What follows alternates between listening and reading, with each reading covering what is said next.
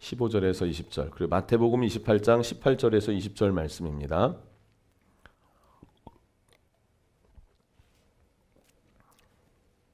자, 마가복음 16장 15절부터 20절 한 절씩 교독하십시다. 또 이르시되 너희는 온 천하에 다니며 만민에게 복음을 전파하라. 믿고 세례를 받는 사람은 구원을 얻을 것이요 믿지 않는 사람은 정죄를 받으리라. 믿는 자들에게는 이런 표적이 따르리니 곧 그들이 내 이름으로 귀신을 쫓아내며 새 방언을 말하며 뱀을 집어올리며 무슨 독을 마실지라도 해를 받지 아니하며 병든 사람에게 손을 얹은즉 나으리라 하시더라. 주 예수께서 말씀을 마치신 후에 하늘로 올려지사 하나님 우편에 앉으시니라.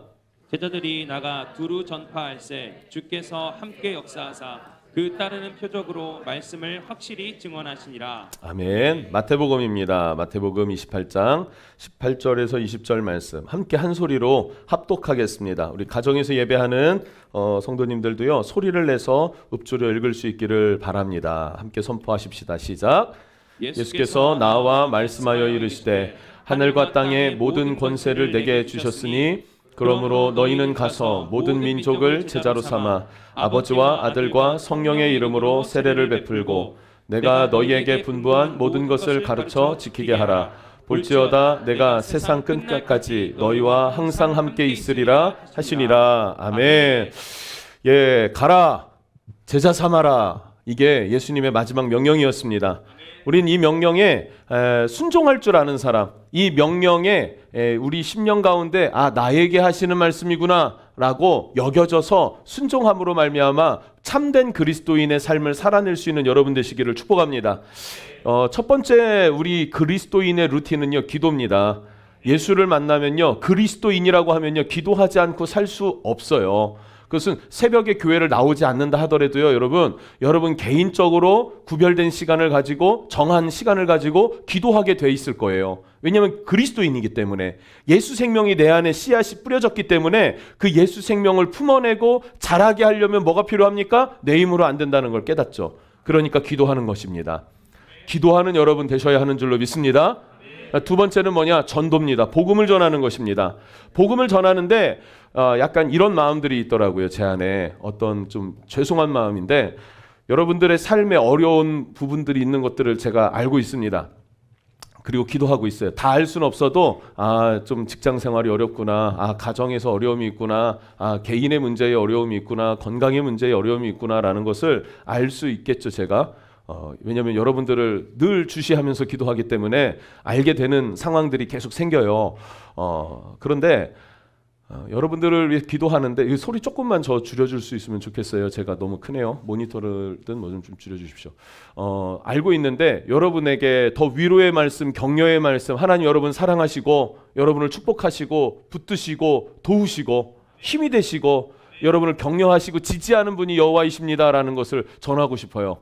그런데 이 시즌에는 복음을 전해야 합니다. 우리는.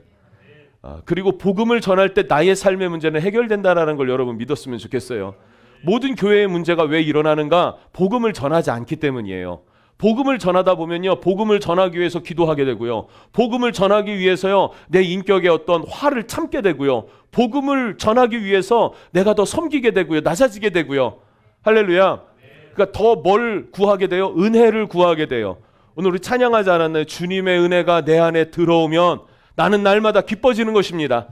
그 은혜가 어디로부터 오는가? 왜 은혜가 필요한가? 복음을 위해서. 근데 문제는 뭔가? 복음을 전하지 않으니까 은혜도 별로 필요 없는 것 같고, 복음을 전하지 않으니까 기도하지 않는 것 같고 않게 되는 거고, 내가 복음을 전하지 않으니까 내가 말씀을 더 알려고 하지 않아요. 복음을 전하기 시작하지 않습니까? 사람들이 질문해요. 예수님에 대해서 물어봐요. 신앙생활에 대해서 물어봐요. 삶에 의문이 생기는 부분이 있죠. 아니, 예수 믿는다면서 왜 이런 모습은 있습니까? 뭐 이런 것들, 저런 것들, 기도 이렇게 했는데 왜 이건 이렇게밖에 안 됩니까? 많은 질문들이 쏟아지면 여러분 그것을 대답해 줘야 되지 않나요? 대답해 줘야 또 전도할 수 있는 것 아니에요? 그렇기 때문에 내가 많이 부족하구나 싶으니까 더 성경을 읽게 되고 묵상하게 되고 공부하게 되는 거예요, 여러분. 자, 건강의 척도는 뭐냐면요, 전도입니다. 전도의 열정이 여러분 심령에 심기기를 축복합니다. 아멘. 전도하기를 사모하는 여러분이 될지어다. 아멘. 아멘으로 대답하시면서 여러분 말씀에 참여하셔야 돼요. 예배는요 드려지는 게 뭐 이렇게 예배 드린다라고 하죠. 예배는 하는 겁니다. 우리의 삶으로. 이 시간에도 여러분 예배를 온전히 드릴 수 있어야 돼요. 몸만 와가지고 뜰만 밟고 가는 인생 하나님께서 욕하세요. 할렐루야. 하나님 원하시는 예배는요 여러분 몸만 오는 게 아닙니다. 마음의 중심을 드리는 거예요. 할렐루야. 몸만 오는 게 아니에요. 마음의 중심을 드리는 거예요. 마음을 주님께로 여는 거예요. 그리고 주님께로 나아가는 것에 있어서 방해가 되는 어떤 요소들을 다 제거해내는 것이 예배입니다. 자, 줌으로 예배하는 여러분도 주님의 이름으로 축복합니다. 줌으로 예배하면요 여러분 스스로가 예배의 환경을 만드셔야 돼요. 가정에 예배를 잘 드릴 수 있는 최고의 환경을 만드셔야 합니다. 그리고 옷도 복장도 중요합니다. 여러분 복장도요 깨끗이 빨아가지고 잘 다림질한 옷을 입으면 자세가 곧아져요. 그러지 않습니까? 정장을 입으면 자세가 곧아져요. 허리가 곧곧하게 펴진다고요. 그런데요 추리닝 입으면 어떻게 돼요? 삐딱하게 되죠. 우리 형제들 진짜 반듯한 형제인데 우리 형남 형제같이 반듯한데 예비 군복만 딱 입혀놓으면요 껄렁껄렁해져요. 모자는요 이렇게 살짝 올려 쓰고요. 윗두리는 상의는 다 이렇게 풀어 헤치고 총은 그냥 질질질 끌고 가요. 전투화끈 제대로 묶는 사람을 하나를 못 봤어요. 신학생들 다 같이 가잖아요. 예비군 받으러. 그러면 신학생들 다 전도사님들이라고 불려지는 그 친구들이 다 껄렁껄렁하게 하고 다녀요. 나무 밑에서 그냥 아무데나 그냥 널브러져 자고. 왜 그럴까요? 복장 문제겠죠. 예배하는 여러분, 여러분의 가정 예배당으로 만드십시오. 예배하는 집으로 만드십시오. 아멘입니까? 그리고 여러분의 자세와 태도를 바르게 하십시오. 하나님 앞에 선 거예요, 여러분. 하나님을 사랑하고 하나님과 교제하는 예배지 그 예배를 보는 게 아닙니다, 여러분. 저주받습니다. 그냥 과장하는 얘기가 아니고요. 예배를요 그냥 보고 관람하는 걸로 끝이면요 미갈의 저주가 임해요. 미갈은 다윗이 법궤를 가지고 들어올 때에 춤추며 찬양하는 예배의 자리, 예배자의 어떤 그 모습이 있었습니다. 하나님 기뻐하셨죠. 근데 그 예배하는 법궤가 들어오는 그것을 미갈은 창으로 내다봤어요. 예배는요 내다보는 게 아니에요. 내가 참여하는 것이지. 그래서 미갈이 받은 저주가 뭡니까? 태의 문이 닫혔습니다. 여러분 평생에 아이를 낳지 못했대요. 열매가 없었다는 거예요. 그 인생에. 여러분의 삶의 열매가 풍성하기를 축복합니다. 그러면 예배에 승리해야 해요. 예배의 승리가 여러분의 심령에 여러분의 가정에 있을지어다. 가정에 예배 승리가 있어야 합니다.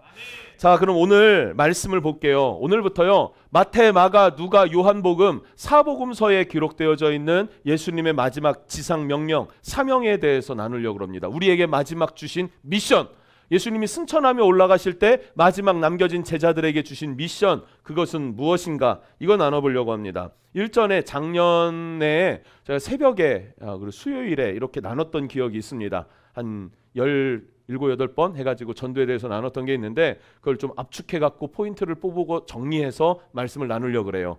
옛날에 한 얘기 또 하려고 그러냐? 이런 식으로 생각하지 마십시오.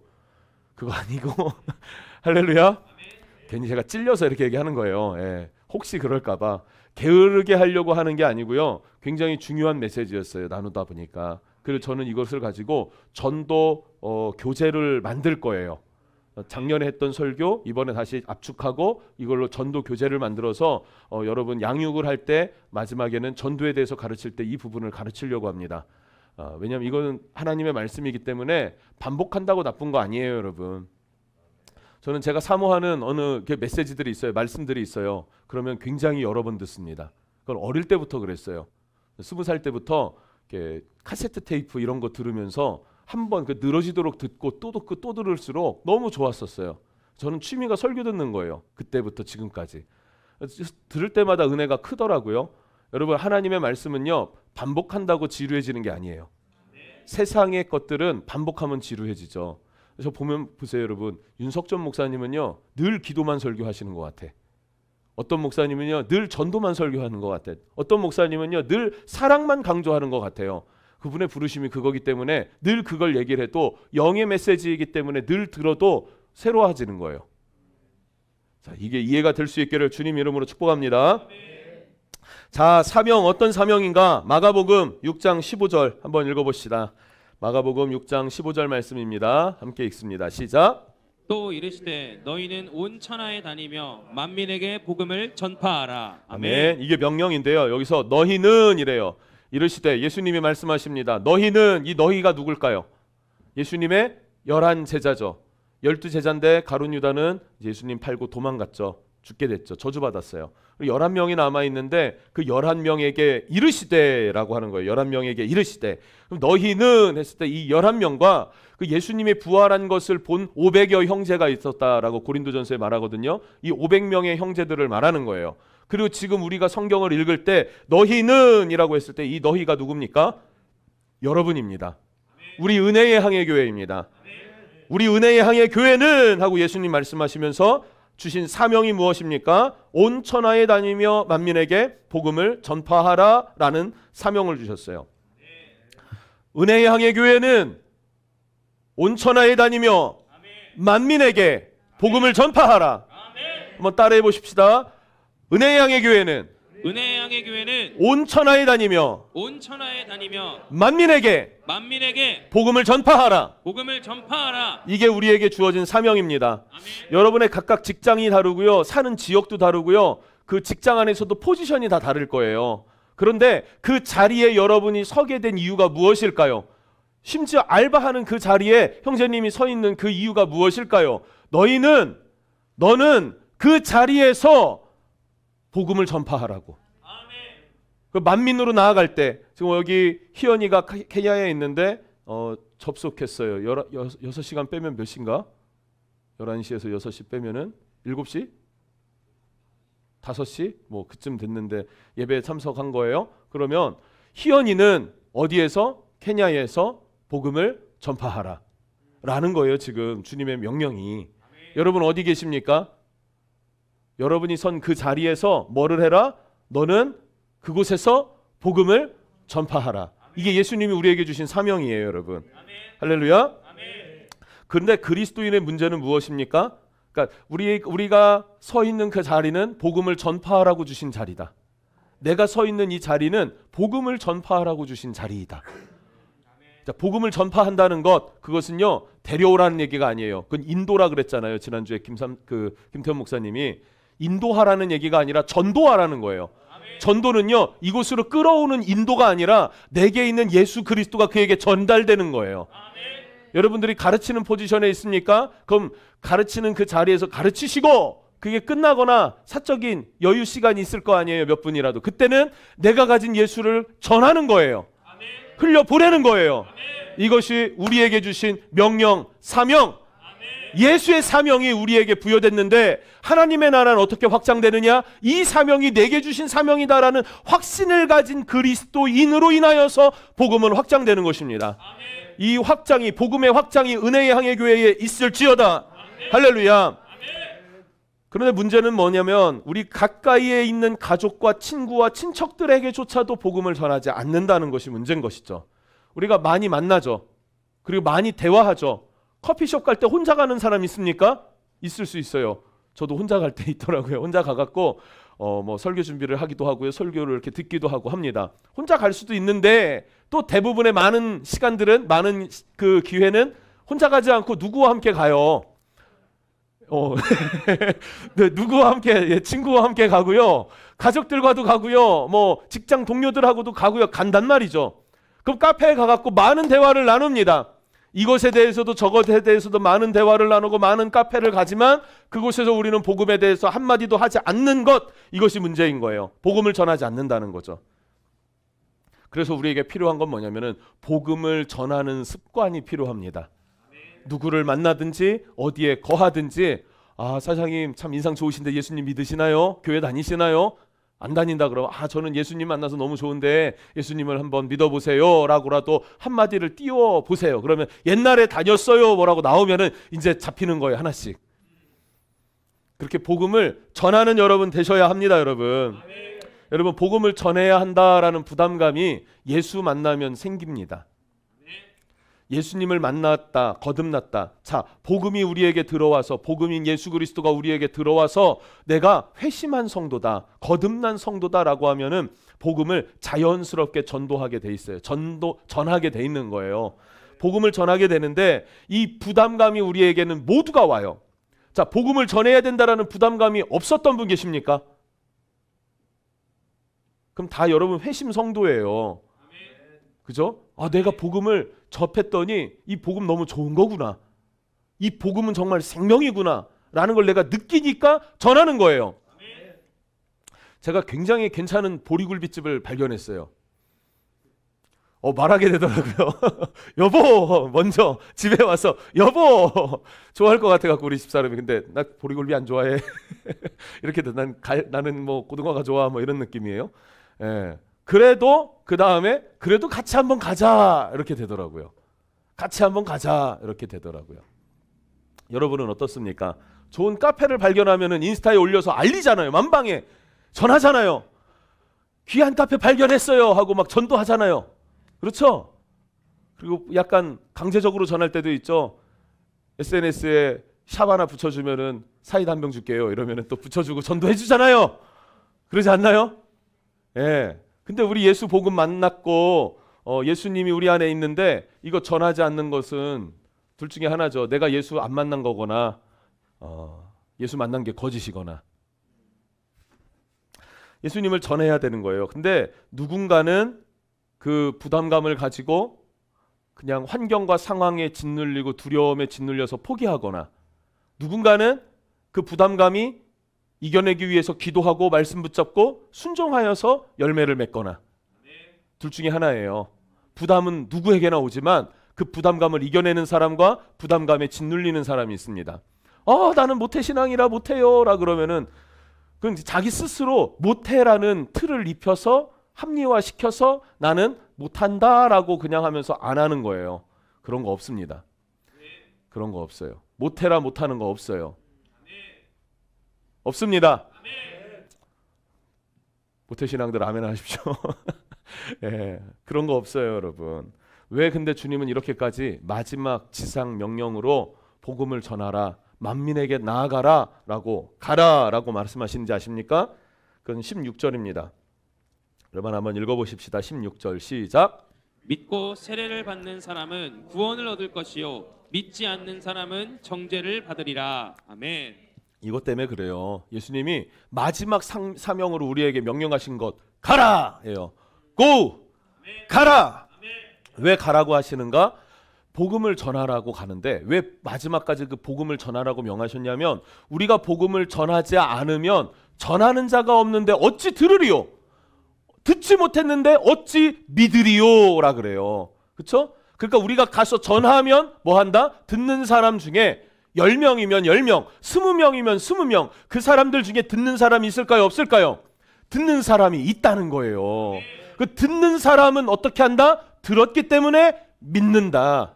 믿는 자는 어떻게 된다? 구원을 얻을 것이고, 믿지 못하는 사람은 뭐가 있다? 멸망이 있다. 믿고 세례를 받는 사람은 구원을 얻을 것이요 믿지 않는 사람은 정죄를 받으리니.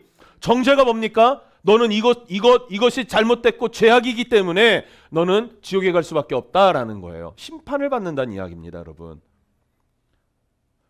그래서 예수를 전해서 생명을 전할 것인가, 전하지 않아서 그냥 죽게 놔둘 것인가, 구원의 문제가 걸렸기 때문에 예수님은 너희는 가라, 만민에게 나아가라, 복음을 전파하라 라고 말씀하시는 겁니다, 여러분. 그래서 우리의 사명은 복음을 전파해야 합니다. 그런데 이제 가정 안에서의 구원들, 그건 이제 좀 한 2주 후, 3주 후부터 또 나눌 건데요. 가족 구원, 가정 구원을 위해서, 가정을 구원하기 위해서는 여러분 굉장히 힘써야 할 부분들이 많습니다. 요즘에도 그 가족 구원에 대해서 기도 제목 요청을 받았어요. 어제도 그렇고요. 그랬는데 부모님을 전할 때, 시부모님을 전할 때 어떻게 해야 될까요? 그냥 가십시오, 복음은 이겁니다 라기보다도 여러분이 정말 섬기고 순종하고 그 질서 안에 온전히 들어가서 그리스도인의 삶을 보여주셔야 돼요. 그런 지혜가 있을 수 있기를 바랍니다, 여러분. 그래서 복음을 전한다는 것 이게 굉장히 중요해요. 예수님 우리에게 주신 것 그것은 복음을 전파하라. 복음이 무엇인가? 여러분이 만난 예수님을 증거하면 되는 것입니다. 여러분 어떤 예수님 만났나요? 저는 예수님 만나고 나서요 상처라는 것들이 막 씻어지는 경험을 했어요. 그리고 내 안에 있는 정죄감과 죄책감이 나를 짓누르는 게 너무 심각했었는데 나에게 근데 하나님 그거를 풀어주셨어요. 그 풀어진 것에 대한 자유, 자유가 이것이구나, 이것들을 저는 경험했습니다. 그리고 기도하다 보니 하나님의 부르심을 확증하고 이제 목회자의 길을 걷게 됐고 여기까지 왔습니다. 여러분은 어떤 길로 부름받았고 어떤 길로 가십니까? 주님 앞에 온전히 설 수 있기를 축복하고 그 주님을 경험한 그것을 전할 수 있었으면 좋겠어요. 그럼 예수님 만난 것, 그 장황한 것 아니어도요 하나하나 기도하는 내용이 있지 않나요? 근데 응답받는 것 있지 않나요? 내 삶에 퍽퍽함이 있었는데 이렇게 됐더니 회복이 되었다라는 거, 그 소식도 전하면 되는 거예요. 내 마음에 시험과 환란이 있고 난잡함이 있었는데 오늘 그 은혜 찬양했었잖아요. 은혜의 힘입니다. 그래서 이 찬양 처음 듣고 나서 제 마음 안에 어떤 게 뭔가 번잡함이 있었는데 그래 주님의 은혜로 여기까지 왔구나, 그래 주님이 나에게 은혜를 주셨구나 라는 그 믿음이 훅 내 마음에 들어오니까 그 번잡했던 마음, 막 초조하고 긴장감이 있었던 마음이 싹 풀어지는 걸 느꼈어요. 그럼 저에게 이게 뭐예요? 전할 간증의 한 부분이 되겠죠. 그래서 주변에 찾다 보면은 이렇게 심각하게 이렇게 불안하고 부들부들 떨고 이런 사람이 있으면은 내가 하나님 찬양 들었더니 내 마음 안에 자유케 됐다. 너도 이 찬양 한번 들어봐라. 그 예수를 한번 믿어봐라. 이렇게 전할 수 있는 것도 전도겠죠. 다양한 거예요, 여러분. 기도해 보십시오. 어떻게 전도해야 될지를. 할렐루야. 자, 그럼 어떻게 마태, 마가, 누가, 요한 이 사복음서의 우리 마지막 예수님의 지상 명령을 나눌 건데요. 먼저 마가복음을 나눴어요. 두 번째 책. 마가복음은 뭐라? 가라. 만민에게 나아가라. 가라예요. 가서 뭐 해야 됩니까? 마태복음을 봅시다. 마태복음 오늘 19절과 20절 말씀 다시 한번 선포하며 읽어볼게요. 같이 큰 소리로 읽습니다. 시작. 그러므로 너희는 가서 모든 민족을 제자로 삼아 아버지와 아들과 성령의 이름으로 세례를 베풀고 내가 너희에게 분부한 모든 것을 가르쳐 지키게 하라. 볼지어다 내가 세상 끝날까지 너희와 항상 함께 있으리라 하시니라. 아멘. 자, 만민에게 복음을 전파하라. 이게 마가복음의 키워드라고 할 수 있어요. 만민에게 가라예요.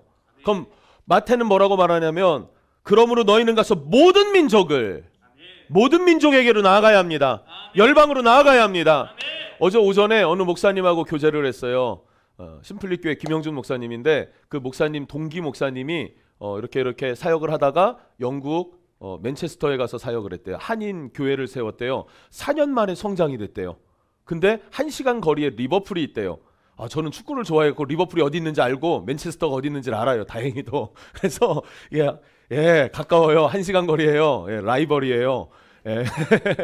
근데 이 맨체스터에서 부흥보다도 이렇게 성장이 일어났는데 그 리버풀에서도 한 10명 정도 한인이 와갖고 예배를 드린대요. 근데 이분이 이 맨체스터에는 그 목회자를 따로 세우고 자신이 이렇게 1시간 동안 오는 그 성도님들과 함께 리버풀에 가갖고 다시 교회를 세우려고 한다는 거예요. 와, 전 이런 얘기를 들으면 막 심령에 막 불이 붙습니다. 심장이 뜁니다. 할렐루야. 저는요 크게 부흥했다는 것으로 언젠가부터 심장이 안 뛰더라고요. 꽤 오래된 것 같아요. 그럼 내가 나의 심장을 뛰게 하는 게 무엇인가라고 아무도 없는 불모지 같은 것, 황무지 같은 곳, 그곳에 복음을 들고 들어가서 예수 복음을 전했더니 사람들이 모여들고 그들이 회복이 되고 그들이 교회가 됐더라. 이 이야기를 들으면 저는 심장이 뜁니다. 자, 이 말은 무슨 말인가? 은혜의 향해 교회는 이 방향으로 갈 거예요. 여러분이 복음을 전하고 그곳에 교회가 세워지고 하나님의 영광이 임하게 될 것입니다. 그렇게 한 지역 모든 민족 열방 가운데 나아가서 복음을 전파하는 교회가 될지어다. 복음의 증인이 될지어다. 열방으로 나아가요. 그런데 마태는요 나아가서 무엇을 해야 되는지에 대해서 이야기를 합니다. 그건 뭐냐면은 키워드 제자를 삼는 것입니다. 마가의 키워드는 가라예요. 근데 마태의 키워드는요 제자를 삼아예요. 그러니까 모든 민족으로 제자를 삼아. 그러니까 모든 민족에게 복음을 전파해야 되는데 복음을 들고 그들에게 뭐를 삼아라? 제자를 삼아라. 그런데 중요한 건 뭐냐면 여러분이 제자가 되지 않으면 제자를 세울 수가 없어요. 내가 먼저 제자가 되질 않으면 제자를 삼을 수가 없는 거예요. 이해가 되십니까? 왜냐면 내가 제자가 되질 못했기 때문에 제자가 뭔지를 몰라요. 질서도 모르고 권위도 모르고 훈련이 안 돼요. 훈련이 안 되면 뭐가 됩니까? 내 생각, 내 마음, 내 습관, 내 관점. 이걸 뭐라 그래요? 옛사람이라고도 말하고 육의 사람이라고도 말하고 이것이 막 반발을 일으키는 것을 혼의 반발이라 그랬어요. 하나님께서 혼의 반발을 어떻게 하신다고요? 깨쳐 부셔요. 깨 부셔요. 그러니까 우리의 고집과 아집을 깨 부셔야 돼요. 내가 먼저 손 내밀려고 하는데 그것을 못하는 이유가 뭡니까? 은혜가 부족해서 그래요. 은혜를 입었습니까? 내가 먼저 손 내미는 거예요. 내가 먼저 이해하는 거예요. 내가 먼저 용서하는 거예요. 내가 먼저 용납하는 거라고요. 그 뭐가 되니까 은혜가 임하면 내 혼이 깨지는 거예요. 그 깨지는 게 뭡니까? 훈련인데 그 훈련을 받지 않은 사람이 누군가를 훈련시켜서 제자를 삼나? 말도 안 되죠. 말도 안 돼요. 이해가 되십니까? 깨질 뿐만 아니라 다시 지어져야 돼요. 성령님은 우리의 자아를 깨트리실 뿐만 아니라 새롭게 세우십니다. 그래서 새 사람을 입는다라고 말하죠. 새 사람을 입는다. 여러분 새 사람을 입을 수 있기를 주님의 이름으로 축복합니다. 그것이 무엇인가? 제자를 삼는다. 그럼 제자를 삼아서 뭘 해야 해요? 제자 삼기 위해서는 아버지와 아들과 성령의 이름으로 뭐를 베풀고? 세례를 베풀고. 아멘. 세례를 베푼다. 세례를 베푼다면 뭐가 될까요? 예수님의 가르쳐주신 그 말씀을 가르치는 거예요. 그리고 뭐 해야 돼요? 그걸 지키게 하는 것입니다. 할렐루야. 그러면은 가서 제자 삼아 세례 주고 가르치고 지키게 하고. 그러면 제자 삼는 법에 대해서 다시 나누면 제자 삼는 것에서부터 시작할게요. 제자 삼는 것에서부터 다시 시작하면은 세례를 베풀고 가르치고 지키게 하는 거예요. 여러분 제자가 되기를 원하면요 세례를 받아야 돼요. 세례를 받은 성도들은 어떻게 해요? 가르쳐야 돼요. 또 지키게 해야 해요. 이 삶이 이어져야 된다는 사실이죠. 그럼 세례는 무슨 의미를 갖고 있는가? 죽음의 의미를 갖고 있어요. 죽음. 순종하기 위해서 나를 죽이는 것이 세례입니다. 자, 세례를 받으셨나요? 어떤 의미로 세례를 받으셨나요, 여러분? 어떤 마음으로 세례를 받으셨나요? 그건 굉장히 중요한 거예요. 굉장히 중요한 거예요. 앞으로 세례받을 다음 달 몇 주 안 남았죠. 우리 동진 형제 내가 죽었다라는 선포고 선언이에요. 그리고 누구로 산다? 예수로 산다. 그래서 물속에 잠기는 게 뭐예요? 나의 죽음을 의미하고 물속에서 다시 나오잖아요. 안 나오면 안 되죠. 이렇게 들어갔다가 그럼 죽죠. 나오는 건 뭐예요? 주와 함께 부활을 의미하는 거예요. 내 옛사람이 죽고 예수님과 함께 새 사람으로 거듭 태어났다 이겁니다. 육신의 생각과 육신의 욕구와 육신의 습관은 죽고 성령의 인도하심을 따라서 새롭게 태어남으로 말미암아 아버지와 아들 성자 예수와 성령 하나님으로 인하여서 세례를 받게 되는 것. 우리가 그리스도인으로서 가장 중요하게 여기는 게 무엇인가? 예배지 않습니까? 예배의 의미는 무엇입니까? 아버지와 예수 그리스도와 그리고 성령 하나님께 순종하는 법을 배워나가는 것이 예배예요. 그 교제를 통해서 여러분 예배를 왔는데 교회를 오든 아니면 지금 여러분 가정에서 줌으로 예배를 하든 여러분 예배를 드렸는데 하나님이 느껴지지 않고 교제, 하나님이 나에게 말씀하시는 것이 내 심령에 와닿지 않는다면은 하나님과 교제가 부족한 거잖아요. 제대로 된 예배가 아닌 거예요. 어떻게 보면 완성된 예배는 뭡니까? 하나님과 교제가 일어나고 만져주심이 일어나는 거예요. 그게 꼭 설교가 아니어도 괜찮습니다, 여러분. 찬양을 부를 때 그 찬양의 그 가사가 나에게 위로가 되고 혹 가사가 다 와닿진 않더라도 조금 혼적일 수는 있지만 다 혼적이라고는 할 수 없는 그 찬양의 그 멜로디, 그 건반 소리 이렇게 윙 울려주고 띠디디디디디 이렇게 반주되는 그 소리, 그 찬양이 가득한 이 공간 안에 머물므로 말미암아 마음의 평강과 위로가 오지 않습니까? 뭡니까? 성령님의 교제인 거예요. 하나님의 말씀이 들려질 때 내 심령 안에 울림이 있고 나눠짐이 있는 거예요. 이런 예배를 드려야 돼요, 여러분. 그 예배를 통해서 우리가 가져가는 것은 무엇입니까? 순종하는 것이에요. 순종하는 것. 순종이 중요합니다, 여러분. 세례의 의미는 뭐냐? 육신의 생각대로 살지 않고 성령의 인도하심을 따라 순종하겠습니다. 그리고 그 순종의 다짐을 늘 되새기는 것이 무엇이에요? 예배라는 거예요. 두 번째, 가르치는 것 굉장히 중요해요. 요즘은요, 말씀을 제대로 가르치질 않고 성경적인 관점을 가르치지 않는 시대가 되니까 동성애가 죄가 아니라고 생각하는 겁니다. 말씀을 가르치지 않아서예요. 말씀을 가르치지 않으니까 문신하는 것이 죄라는 것을 모르는 거예요. 말씀을 가르치지 않으니까 개인의 삶 속에서 권위의 질서를 거스르는 것이 잘못이라는 것을 모르는 거예요. 말씀을 제대로 가르치지 않으니까 연합하지 않는 것이 잘못한 것이라 건강하지 않은 것이다라는 것을 모르는 거예요. 그렇죠? 그래서 중요한 건 뭡니까? 제자를 삼을 때는 거듭난 성도들에게는 세례를 베풀고 순종하게 하며 그에게 말씀을 가르치는 것입니다. 바른 기준을 가르쳐주는 것, 그것이 중요합니다. 가르칠 뿐만 아니라 마지막 세 번째는 그것을 지키게 하는 게 중요해요. 순종이 중요하다는 거예요. 순종이. 예수님이 예화로 말씀하시죠. 어느 아들 둘이 있는데 아버지가 와서 이야기를 해요. 큰아들에게. 아들아, 밭에 가서 일 좀 해라. 예, 아버지 하고 안 했대요. 둘째 아들에게 아버지가 말합니다. 아들아, 밭에 가서 일 좀 해라. 싫어요 라고 했는데 마음에 찔렸나 봐요. 가서 일을 한 거예요.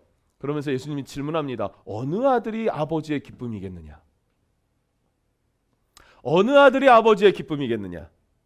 누구라고 할까요? 1번 큰아들, 예 하고 순종하지 않은 아들. 2번 작은 아들, 싫어요 라고 해서 가서 순종한 아들. 1번입니까? 2번입니까? 2번이죠. 왜 2번입니까? 했어요. 예, 순종했어요. 아멘. 아멘. 여러분 대부분 1번 아들 아니에요? 와서 은혜 받고 찬양하고 참 좋아요 뭐 이렇게 다 하고 그리고 교제할 때 하고 집에 가서 순종 안 해. 그건 그거고 난 지금 기분 나쁘고. 그죠? 순종이 안 되잖아요. 그러니까 우린 늘 1번 아들로 살잖아요, 지금 그래서 뭐예요? 제자들 된 여러분들에게 가르치는 거예요. 순종해야 된다는 거. 순종하는 아들이 하나님이 기뻐하시는 아들이에요. 여기서는 예스하고 아멘 하니까 아멘도 하고 기도하라니까 기도도 잘해요. 근데 집에 가서 뭐예요? 순종이 없어요. 아버지의 기쁨 되지 못하더라. 순종이 중요합니다, 여러분. 예.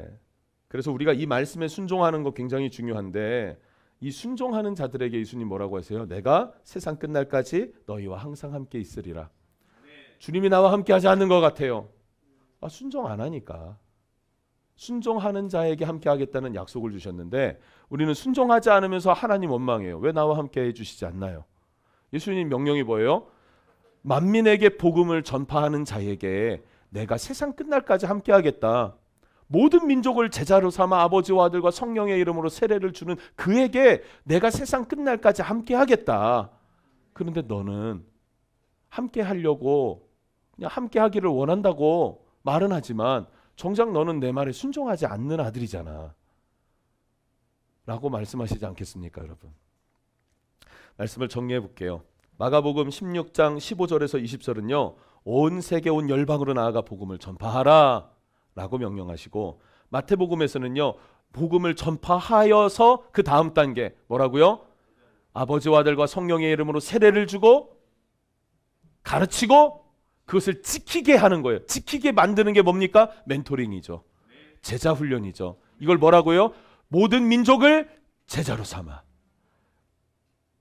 두 가지로 나눠볼게요. 마가복음은 가라, 마태복음은 제자 삼아라. 이게 예수님의 마지막 명령이에요. 부탁 아닙니다. 명령입니다. 여러분 제자입니까?